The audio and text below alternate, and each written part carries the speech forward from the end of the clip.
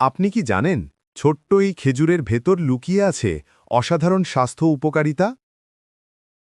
খেজুর হল প্রাকৃতিক শক্তির ভাণ্ডার। এতে রয়েছে গ্লুকোজ, ফ্রুক্টোজ ও সুক্রোজ, যা শরীরে দ্রুত শক্তি যোগায়।